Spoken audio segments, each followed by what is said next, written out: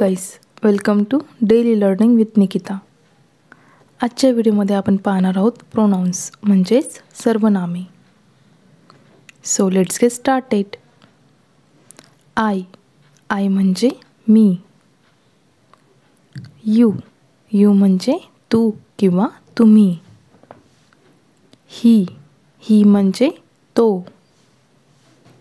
शी म्हणजे ती. इट म्हणजे हे किंवा ते. वी म्हणजे आम्ही. दे म्हणजे ते. मी म्हणजे मला. माइन म्हणजे माझे. हिज म्हणजे त्याचा. हिम म्हणजे त्याला. हर म्हणजे तिला. अस म्हणजे आम्हाला. देम म्हणजे त्यांना. योर म्हणजे तुझा किंवा तुमचा.